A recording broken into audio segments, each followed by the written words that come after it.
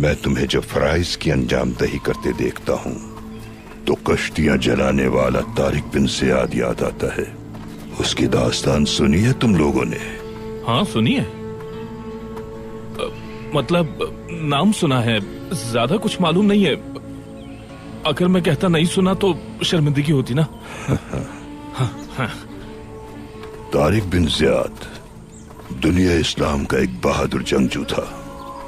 वो मेरी जाए पैदाइश अंदलुस का फातेह था। तारीख में बहुत से ऐसे लोग गुजरे हैं जिन्होंने मुल्कों और शहरों को फतह किया, लेकिन तारिक बिन ज़ियाद का मकाम इन सबसे मुख्तलिफ है।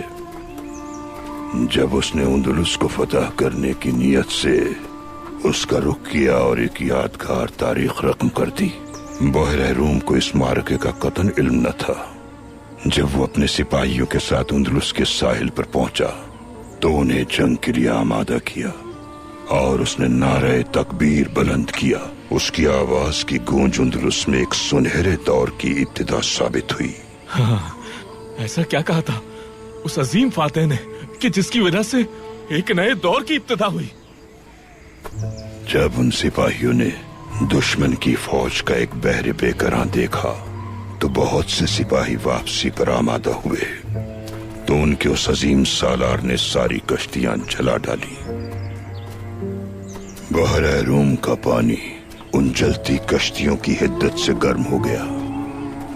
अब उन सिपाहियों के पास वापस लौटने का कोई जरिया न था।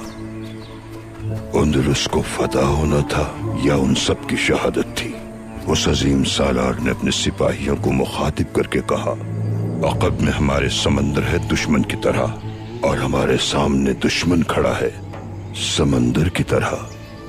सदाकत और सब्र के अलावा तुम्हारे पास कोई रास्ता नहीं। या तो अपनी तलवारों से दुश्मन के खून का दरिया बहा दो या फिर ये समंदर तुम्हारे खून से सुर्ख हो जाएगा।